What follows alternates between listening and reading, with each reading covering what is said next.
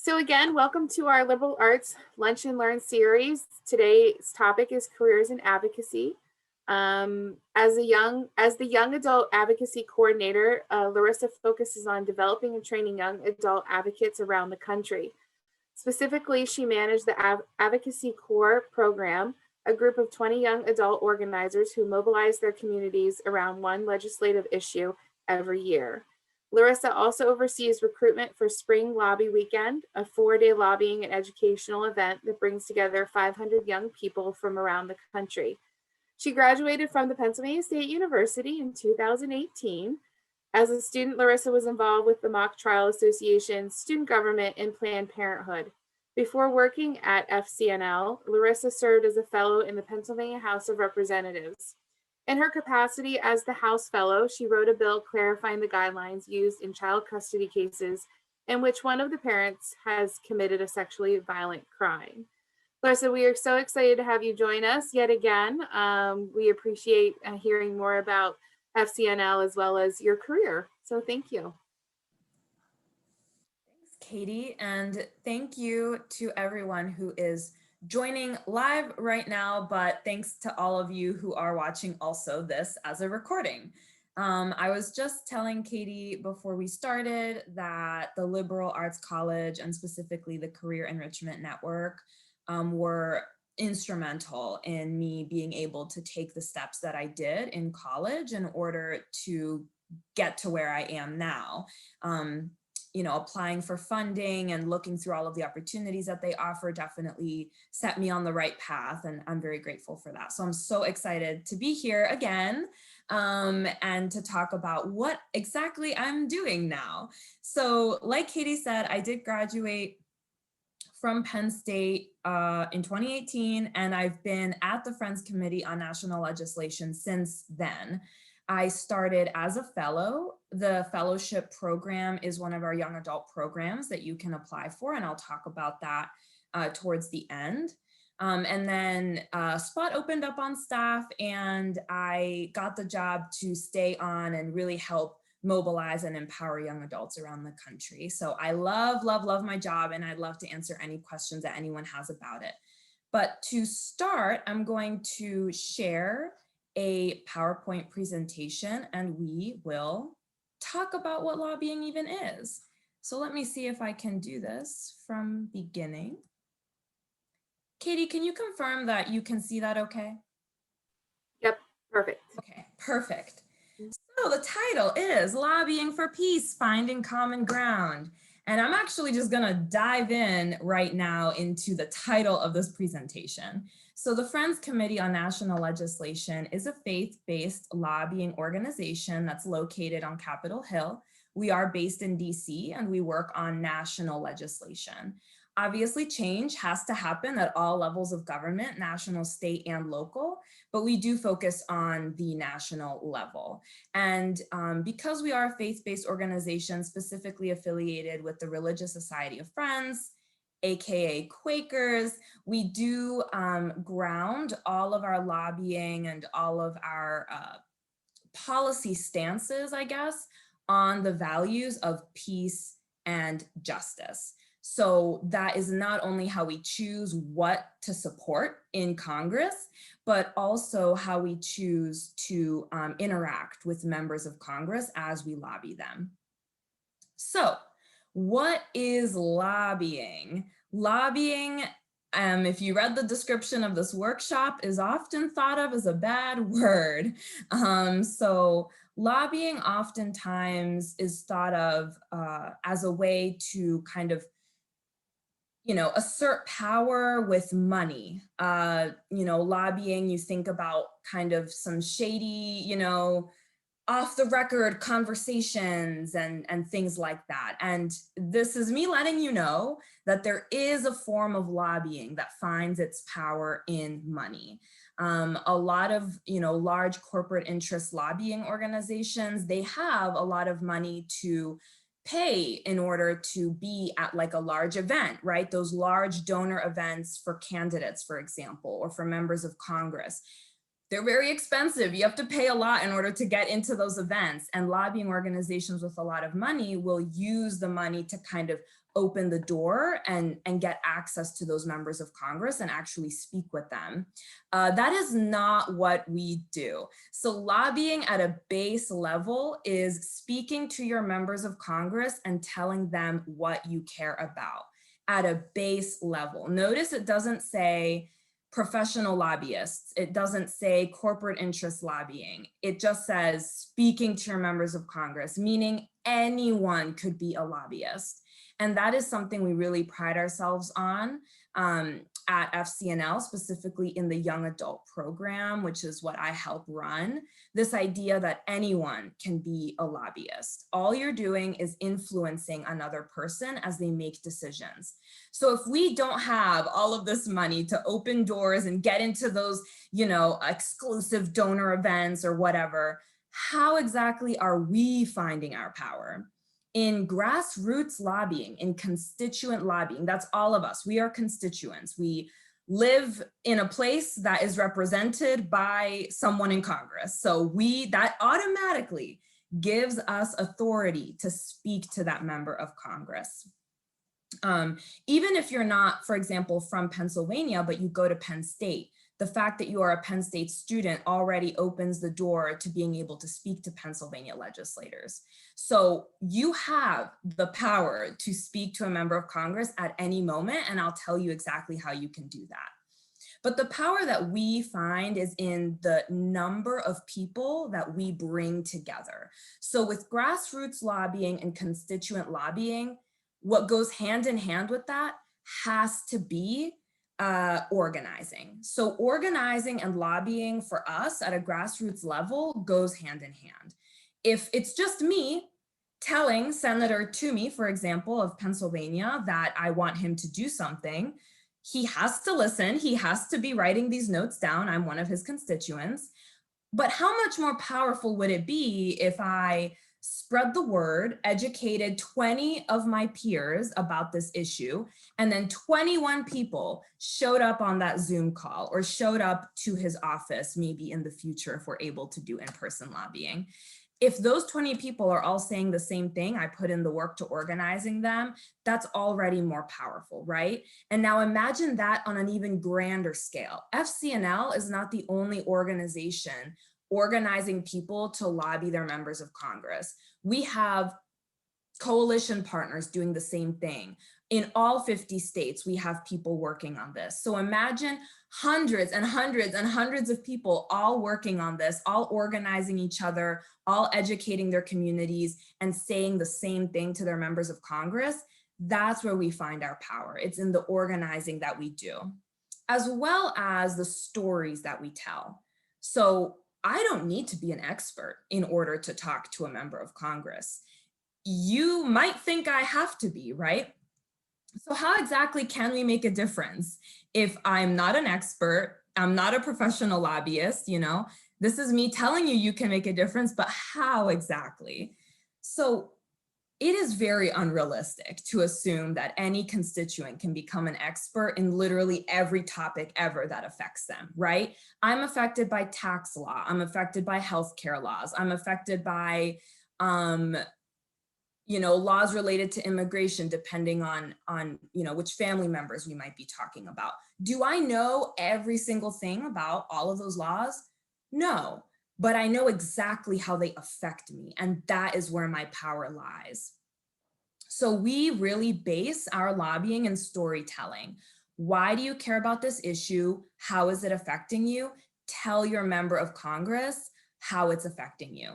I am telling you right now, members of Congress do not know everything about every issue. They have their specializations, just like all of us. I could ramble forever, probably, about immigration legislation, but healthcare, my other example, I could maybe answer one or two questions. I know exactly how it affects me, but not all of the details. And that is exactly what happens in Congress as well. Members of Congress rely on a staff of people that all have their own specialization. So oftentimes you don't even talk to a member of Congress themselves, you talk to their staffer. So let's say Senator Toomey has someone that specializes in gun violence prevention legislation, someone who does immigration legislation, someone who does criminal justice legislation. Oftentimes at FCNL we'll say, okay, well, did you talk to the immigration staffer? Or did you talk to this other staffer? Which staffer did you talk to? Because that will really make a difference in you know, how we interpret the information that we're getting, right? And so it's really important to know that they are also not experts. You don't have to be. A member of Congress could basically be briefed minutes before a vote on the floor by their staffer in order to know what they're about to go in and vote on, right? And I'm not saying all of that to scare you. They have a team that really, you know, gets that information together and makes sure that they're making the decision that's right for that office. But that is where we come in, really, right? We can be one of those kind of vehicles. Each staffer is a vehicle of information for the member of Congress. We can be one of those vehicles. I have had a visit with a staffer. I forget which member of Congress it was. And when I was lobbying on something related to foreign policy, this staffer had never heard of the bill that I was talking to him about. I think he maybe one time heard it, but he didn't know the details of it. I was literally educating this staffer on the bill that I wanted them to vote on. That happens. We have to work together, and we can be part of that policy-making process by letting them know what we care about and how it's affecting the constituents in their district or in their state, because they don't always know. I mean, think about it. If something doesn't really affect you and you haven't done the research and education necessary to understand, do you really know how that issue affects other people? You don't. And members of Congress are the same. So it's really important that we talk to them and let them know what's actually happening to their constituents.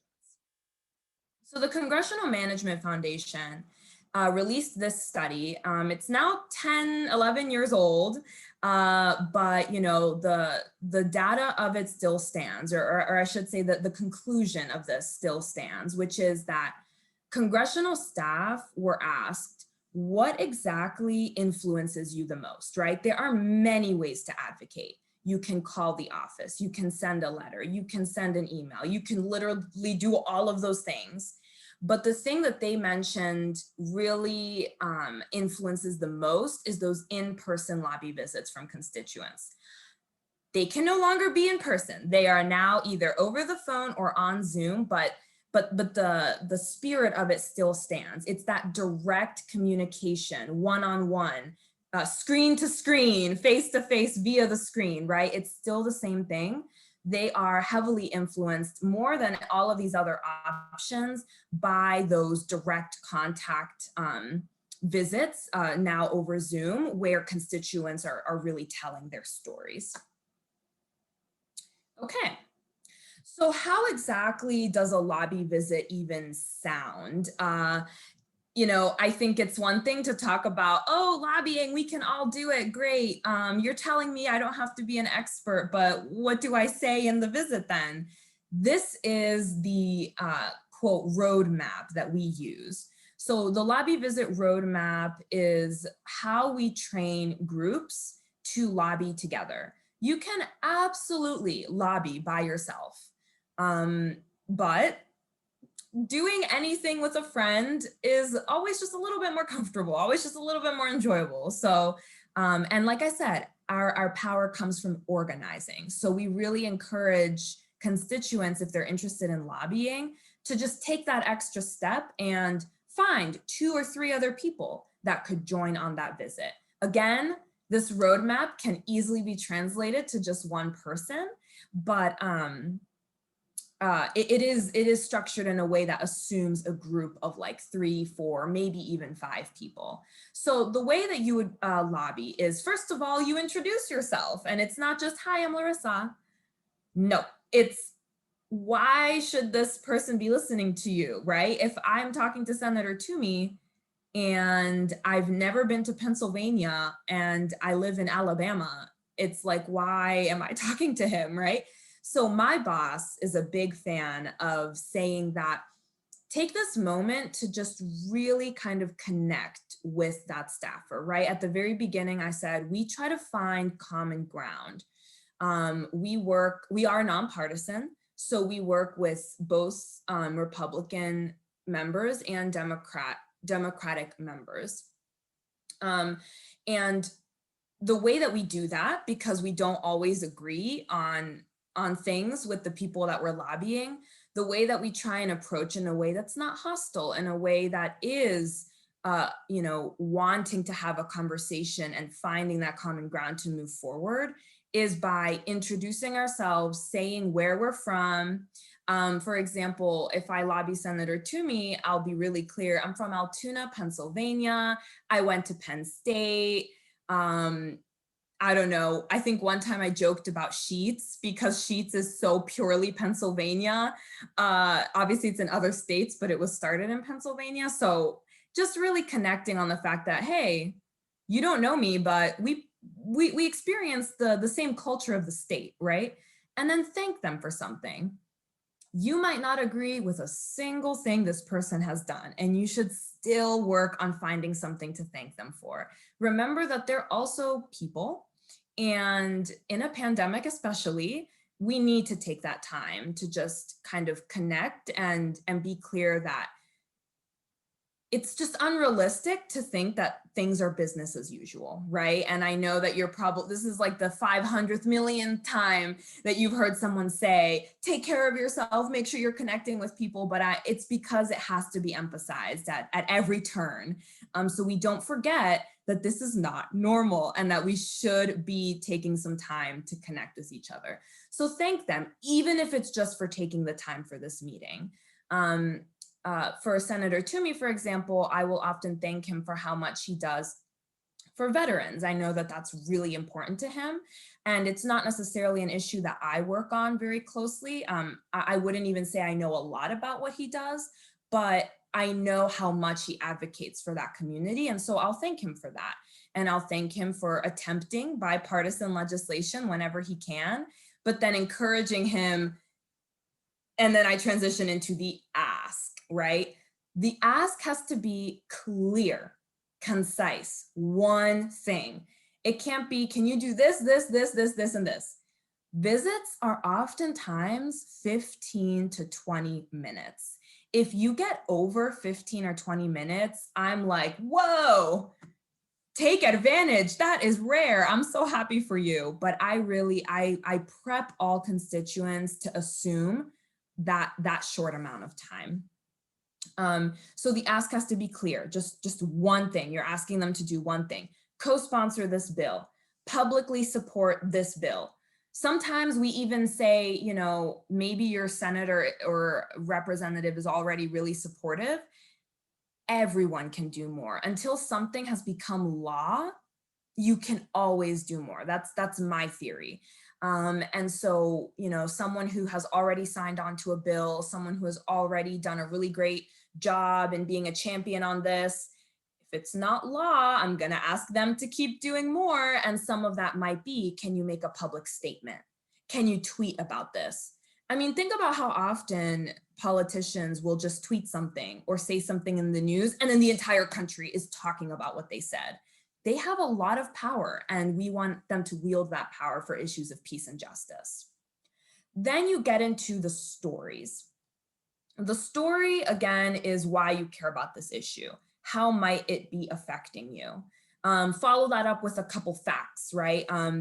Just because you don't have to be an expert in the issue doesn't mean that you shouldn't do a little bit of research into what you're talking about. But the point is that if you don't, and you don't have time, or you forget, you can really feel confident in the story that you have being the thing that drives you forward in that visit. Then there's maybe some time for follow-up. They might ask you some questions. You might have follow-up questions. That's more like free for all conversation. Some conversation needs to happen.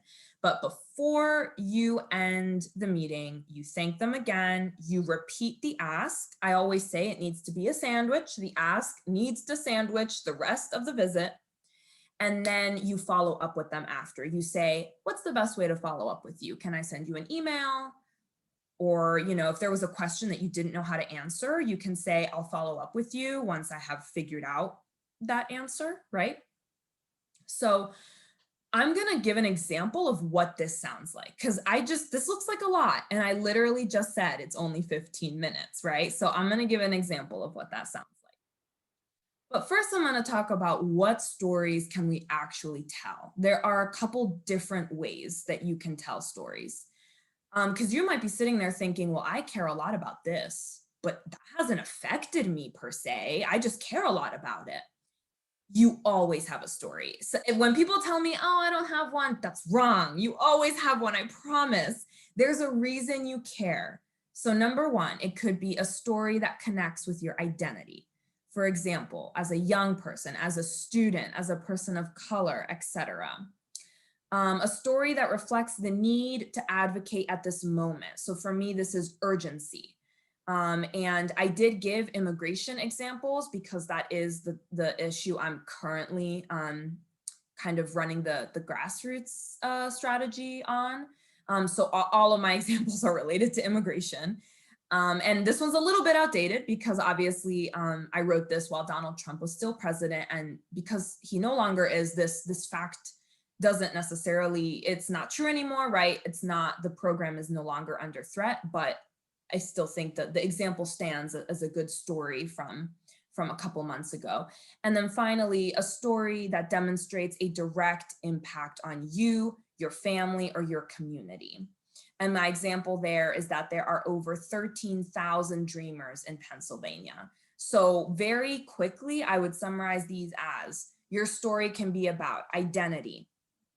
Identity also kind of, implies values, like I value seeing humanity in every person, including immigrants and refugees, for example. So identity/values, urgency and impact. Again, identity/values, urgency and impact. So I'm gonna go ahead and just model what this might sound like in a visit. So I will just go ahead and pretend that I am lobbying Senator Toomey. So I would say, or I guess, I don't want anyone to assume that talking to the member of Congress themselves is usually what happens. It's usually a staffer. So I should probably model talking to a staffer. So I'll say, hi, immigration staffer. Thank you so much for meeting with me today. My name is Larissa. I am 24 years old. I live in DC, but I am from Pennsylvania. I lived there my entire life. My family is still there. I went to Penn State. My parents actually teach at Penn State. And I just want to take some time to thank the senator, first of all, for his efforts to find bipartisan legislation as often as he can, specifically around issues related to veterans. So I just want to thank the senator for that, and really encourage the senator and this office to think about bipartisan legislation moving forward on immigration, which is the issue I actually do want to talk about today. Specifically, I want to ask Senator Toomey to support the Dream and Promise Act, which was something that was introduced in 2019, and in this new Congress, we would love to see it reintroduced. So I am here because, like I said, I am from Pennsylvania, and in Pennsylvania alone, there are 13,000 Dreamers. These are undocumented youth that are living in a state of uncertainty. They have no way of receiving citizenship, and they could go their entire lives wondering when that opportunity will be passed into law and when they will be able to apply for citizenship.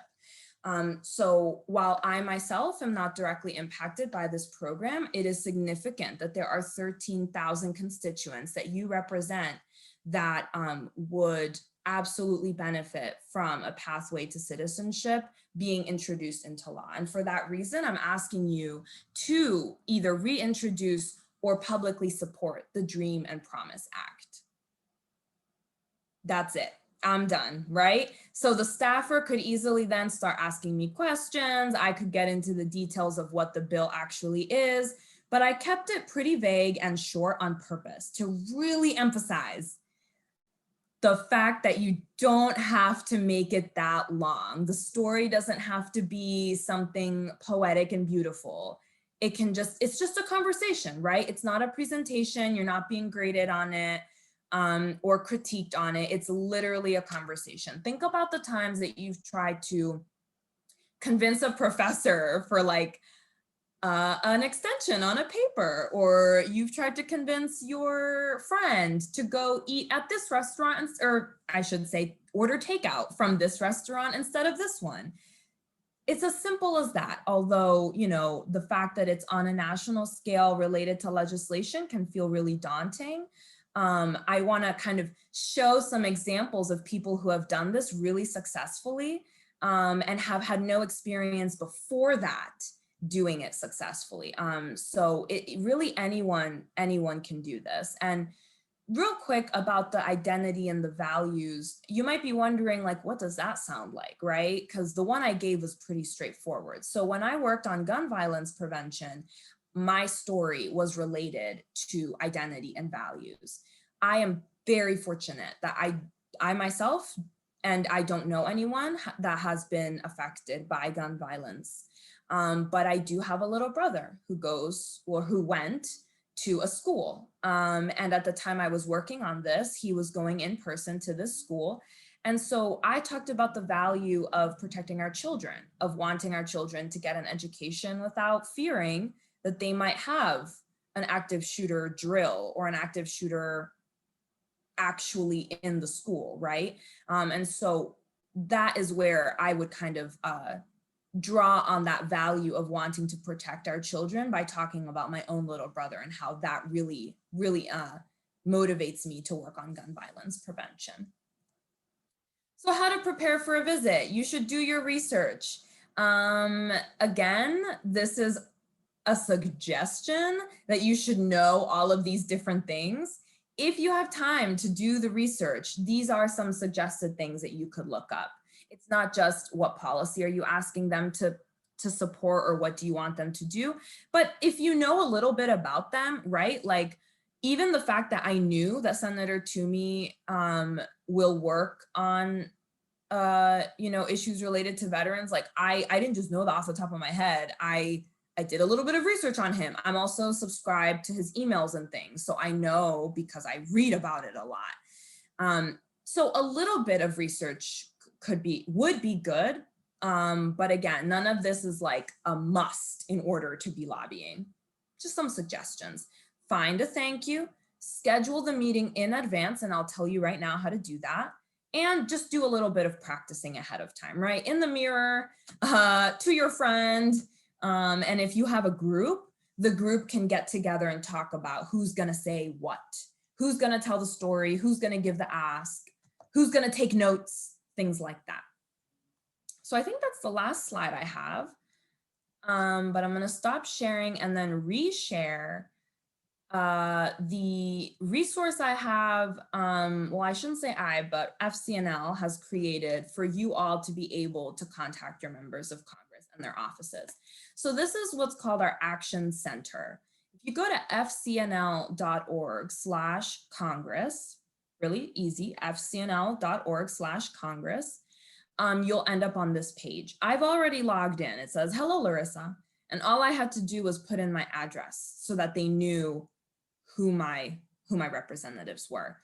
And that's important because down below, you can write emails and letters and things, and they're pre-written for you, and you can just click send, and they are addressed to your representative and your senators once you've put in your address. But that's not what I'm talking about. What I am actually talking about is how to find the information. Like how do you set up a lobby visit? How does this happen? If you go to My Officials, let's go to Staff Lookup. Almost there. I always forget that I have to click on 2 different links. There we go. So we're in Staff Lookup, and it is still loading. Okay, there we go. Look at that. We have the information of every staffer for every member of Congress that we have available. Because of a new Congress, The offices are not staffed overnight. Offices will, after an election with a new Congress, they will sometimes take up to 3 months. So I would say that offices are probably going to be fully staffed by March, but right now they're just kind of like trickling in, right? So the ones that are available are on this website. So you can see that you can look up any official to the left, and then to the right, we have all of their different staffers. So we have the plain scheduler. I shouldn't say plain, but they're not focused on one issue. They are literally focused on the general schedule for that member of Congress. That could be good if you're really trying to get to the member of Congress themselves. But what I would suggest is going even further to the right and to see where their special staffers are. They're like legislation specific staffers. So we have appropriations, budget, energy and environment, elections, foreign policy, gun issues, immigration. So you can see like they really have a team of people that are knowledgeable on many, many, many different issues. Military defense, Native American affairs, social issues. So look through this and determine who makes the most sense on the issue that I'm thinking about right now. Reach out, and all you have to say in the email is, hello, my name is whoever. I am a constituent of this person. Maybe there you can also say where you're from, just to like really kind of validate, hey, I'm a constituent here. And say, I would love to talk to you or another staffer about this, and keep it vague. Just like if I wanted to talk about immigration, I would just say immigration. I would say, I'd love to talk to you about immigration policy. When do you have 15 or 20 minutes? Maybe give them a couple suggestions, but it's as simple as that. Picking the right person, sending them an email, and then having them get back to you, and they'll either send you a Zoom link or they'll ask you to send them a Zoom link. They might need a little bit of follow-up. If you send an email, follow up a week later. And if they still haven't gotten back to you, don't hesitate to call the office. Offices, staffers that we've worked with have said that, it's really wild. Sometimes we'll send like 5 different emails and no one's getting back to us. And then we pick up the phone and call, and we have a visit within 24 hours. So again, that shows you that they're people too. And I'm sure we all have our modes of communication that we're just a little bit more responsive on than others. And email is particularly difficult for people right now. So don't be afraid to call the office and ask for a visit that way as well. All right, let's see what else I need to talk about. Okay, so that is how you lobby. What are the opportunities that I'm talking about here? How can you do all of this and get paid? Ooh. So obviously you can do this at any moment. You can reach out to me at any moment and say, I'd love to lobby. I just need a little bit more support. We have an entire grassroots team that's ready to help anyone at any moment lobby on whatever they want. But if you want to do a structured program, a young adult program, we have a couple different options. So first, I already talked about this a little bit, the fellowship program. This is an alert that the application is due February 15th. So you still have time, I think like a week and a half, to get an application in for that program if you're interested. The fellowship program, I really can't speak too highly. Like I could speak so highly of it. I really can't exaggerate how much I love this program. It gave me the foot in the door that I needed. I did not study politics in college.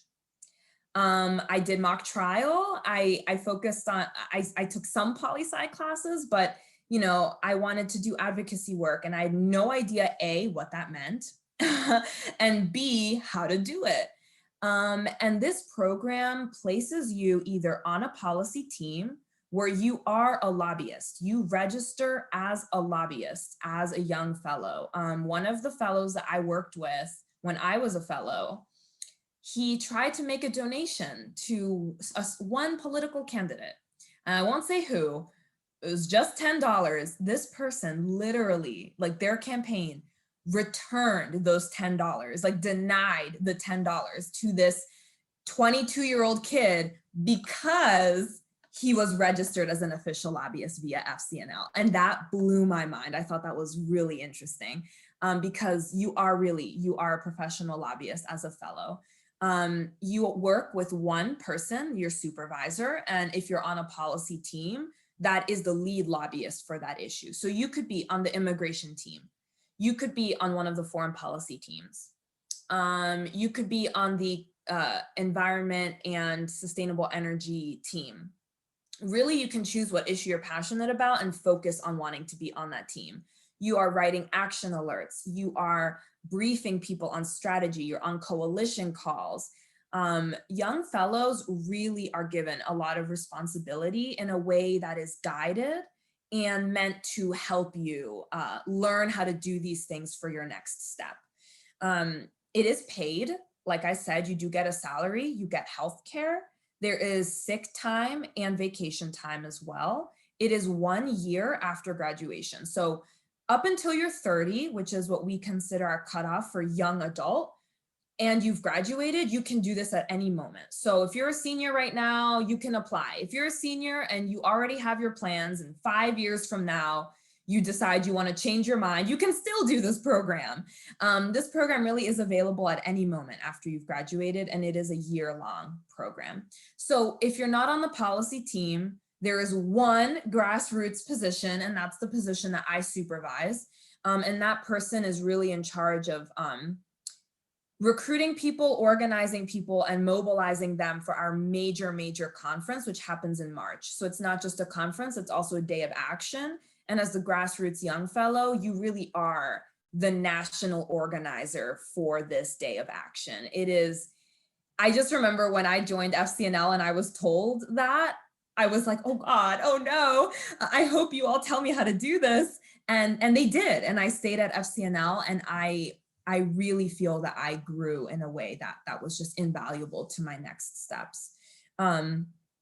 There's also an internship that is more for early college age. You don't actually have to be in college in order to do the internship. So we say like between 18 and 21 would be a good time, like really early career, to do the internship. The fellowship is a little more hands-on. The internship is only 2 months over the summer.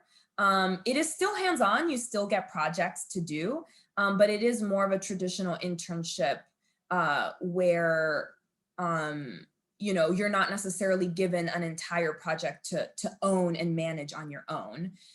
Whereas as a young fellow, you may be given an entire project that is yours, or you might go on lobby visits by yourself.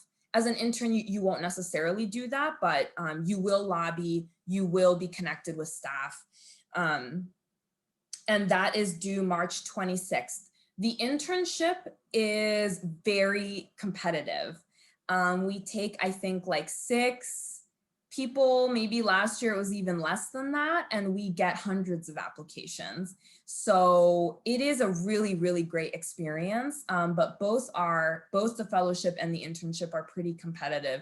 The internship is just, it honestly blows my mind every year to see how many applications we actually get for that.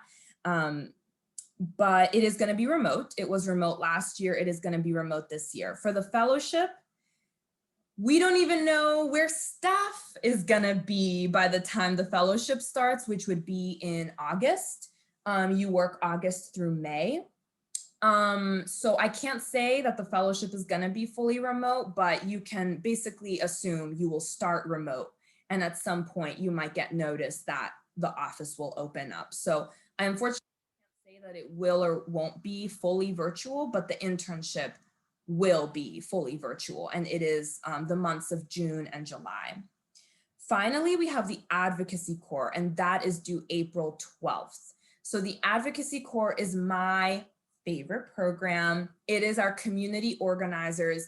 They don't have to move to DC. In an in-person world, the internship and the fellowship were based in the office, and Advocacy Core is very much based in your own community. You work for 10 months on an issue that we choose. That's why I'm working so heavily on immigration. We have 20 people for the last 5 months and for the next 5 months, because it is a 10-month program. working on organizing their communities for immigration reform, particularly a pathway to citizenship for undocumented youth. None of these programs require a lot of previous experience. The fellowship literally has a 2-week orientation period. Like, we train you, we give you everything you need to know. Same with the internship and same with the Advocacy Core. You do a 10-day, 7-day training. If you have never lobbied in your life, you can do the Advocacy Core. You've never organized in your life, you can do the Advocacy Core. We really, one of the values that we hold really dear in the program is training and empowering young adults that want to get started in this work, but just haven't had the opportunity to. And we want to break down those barriers and make sure that we're giving these skills and information you need to continue in a world of policy and government that kind of feels so out of reach, right? And it doesn't have to be.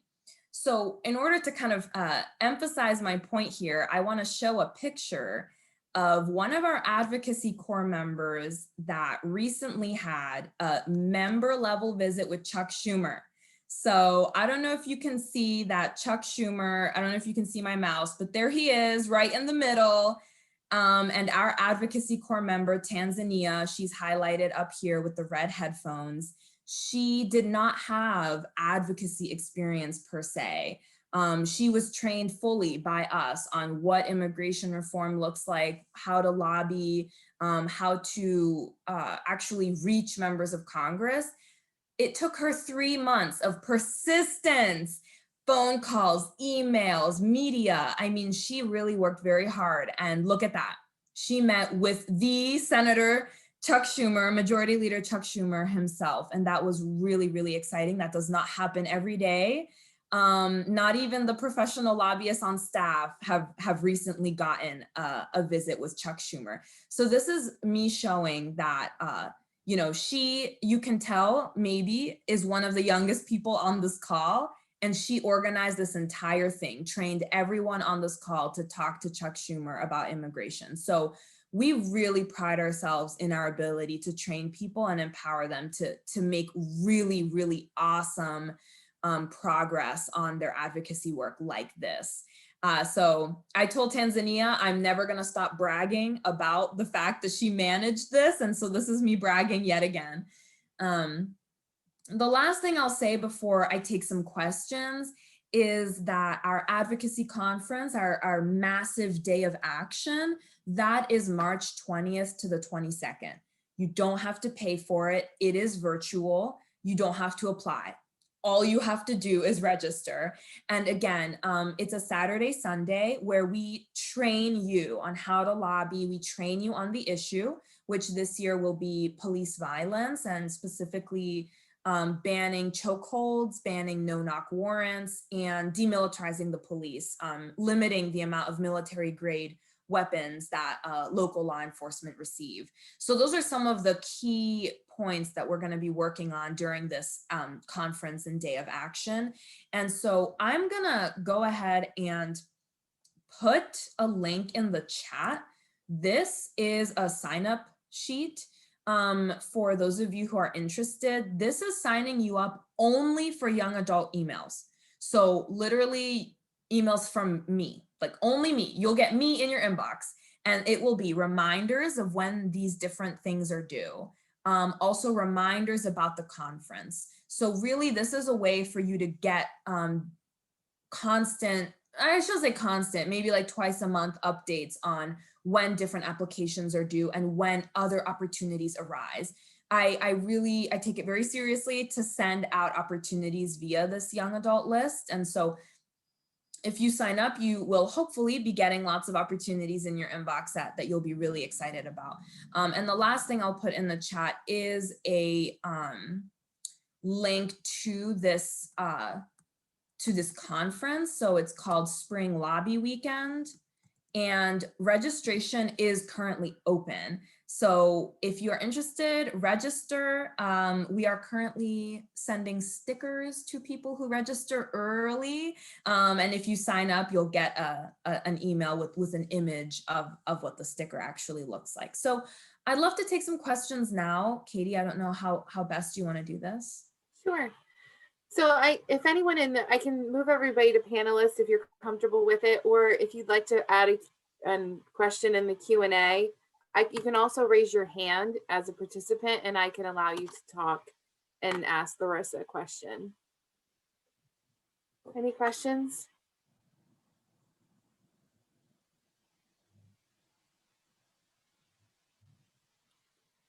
Larissa, I'm going to be checking out the website to make sure we're marketing the opportunities coming up and the registrations. So if you happen to have anything, you can email me to streamline that. I'll definitely get it into Nittany Lion Careers to make sure students are going out and applying on your website before the deadline.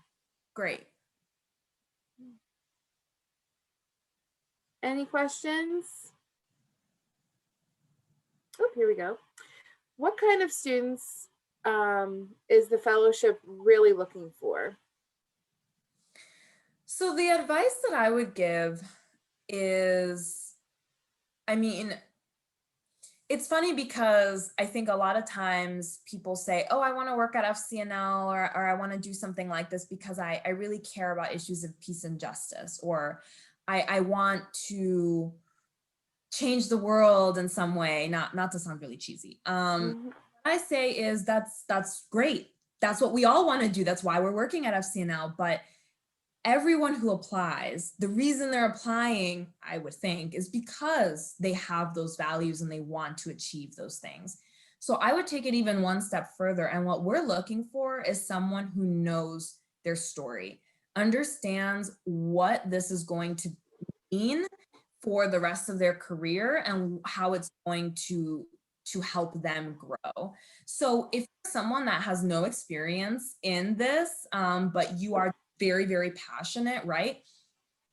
I honestly wouldn't hide the fact that you want to get started in this work and you want to join a program that that will give you the training and guidance that you need in order to get started in this work. And when I say know your story, I mean, what motivates you to work on issues of peace and justice? So don't just say, I want to do this.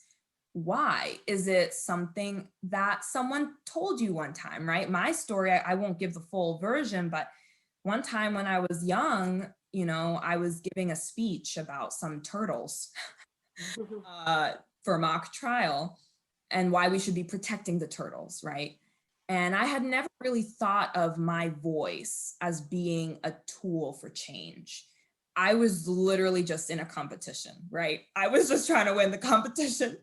And someone who heard me give the speech approached me after and thanked me for the speech. And I thought, oh, that's random and weird. And then they said, you can use your voice to stand up for the little people. And I heard that in what you said today about these turtles as part of the case for mock trial. And I was in high school when that happened, and it stuck with me forever. I mean, forever as in obviously up until this moment.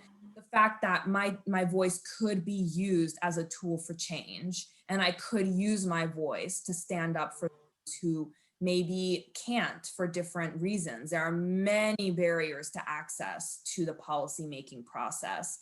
And I really, you know, for me, there's a value in helping deconstruct that. So you can see that I've given some thought into what was that moment or what was that value that fully motivated me to enter this work. Think about that and be clear about that in your cover letter and your application. If you're someone who does have a lot of experience, great, go ahead and talk about it and tell us what it is that you've done and why this is going to be good for your next step, right? So the answer to that really is we're looking for people who know what this fellowship is going to mean in the trajectory of their career and in the kind of manifestation of their values and how they want to see their values help drive change in Congress. Another thing I'll say is actually, you know, someone recently told me this idea of having no experience. I don't know if I believe that, right? If you think really, really hard, I'm sure there was a class where you wrote a paper on something that dove deep into the issue that, like, maybe you didn't study policy, but you took one class, talk about it. Maybe you read a book that absolutely changed your worldview, and now you're on a path towards working on issues of peace and justice. Talk about that. Think back to, like I did, all the way back to elementary school, high school. What were those little moments that kind of breadcrumbed you into wanting to do this? I guarantee you will have a lot to write about in a cover letter and in an application if you think of it in those terms. And we're more than willing to help anyone do that. Make an appointment before the deadline for us to help to review, to kind of get those transferable skills up in the front of your recruiter. That too. That's a great point. Skills. I think that is something that I really emphasized when I applied for the program. I hadn't done the exact work, but I had communication skills. I had project management skills. It was a project totally unrelated to politics, but I could show that I started something and I saw it all the way through. Transferable skills is exactly right. You absolutely have a lot to write about, I promise. Any other questions? Larissa, just one last question from me, and if give our students time to type anything in. You mentioned trajectory in your career. What are you seeing interns, fellows, even entry-level positions in your organization? What are you seeing them go on to do after their time there? Great question. And I have an immediate answer. She is my example every time I'm asked this question, because I think it is the best. This person, her name is Gabby. She is someone that I did my fellowship with. And, for that reason, I remember when she was ending the fellowship, because we were both ending the fellowship, and she was looking for another job. So she had worked on the immigration and refugee policy portfolio. Detention Watch Network, I don't know if anyone's familiar with that. They are the biggest coalition that is working on lowering the funding on detention, border militarization, things like that. And this is a huge, massive coalition, very important in the immigration advocacy space. She applied to be their advocacy manager, and this manager position required like 2 to 3 years of experience, and she had less than 1 year. And her manager, her manager in the Young Fellows program, like basically said, if you don't apply, then I'm going to apply, something like that, And so she was really encouraged to apply. And in less than 1 year, she had done every single thing, every skill that they required out of 2 to 3 years of experience. She had done all of that. And she is now the advocate. She went straight from FCNL to this massive organization. She is the advocacy manager for Detention Watch Network. We have had many people go to the Hill after FCNL. They work as staffers on the Hill. I know someone who is working for the Scripps Institute of Oceanography, I think. And so he actually works as a lobbyist for them to get more grants and things for research. So lobbying, but not on national legislation. He transferred his lobbying skills to something else. I just recently did a panel actually with Young Fellow alum. We have someone that's actually an alum from like 10 years ago, I think, maybe more than that. And he is currently the legislative director for Common Cause. So we see people from the fellowship program move on to many different areas of advocacy and advocacy and politics. Some working on policy like Gabby at Detention Watch Network, some people working on the Hill as staffers, some people using their lobbying skills for other organizations. There is one person that I know who, after the fellow program, he went on to the State Department. So really, that's one of the beautiful things about the program is how important it is. Like, it's almost built in, this idea that we will help you figure out your next steps. I'm gonna have to start having that conversation in a month or two with my current fellow, because we we really value that mentorship between the manager and the young fellow. And because of our different connections, coalition partners, networking events, you will absolutely have an idea of what to do next, if you're asking the right questions, and you're really taking advantage of the different professional development opportunities that the fellowship has to offer. Great, great. Why not? You know what I mean? This is a wonderful opportunity for all of you to experience this industry and what it looks like, and then really promote your career into the future for sure. Larissa, thank you so much. I think that's a great place to end our lunch and learn today. For the students on the call, please make sure you grab those links that she put in the chat. I know I did. And we'll also do our best to get those opportunities posted in Nittany Lion Careers by tomorrow. So thank you so much, Larissa. I appreciate it. It's good to see you again. Yeah, good to see you. Thanks, Katie. And thanks, everybody.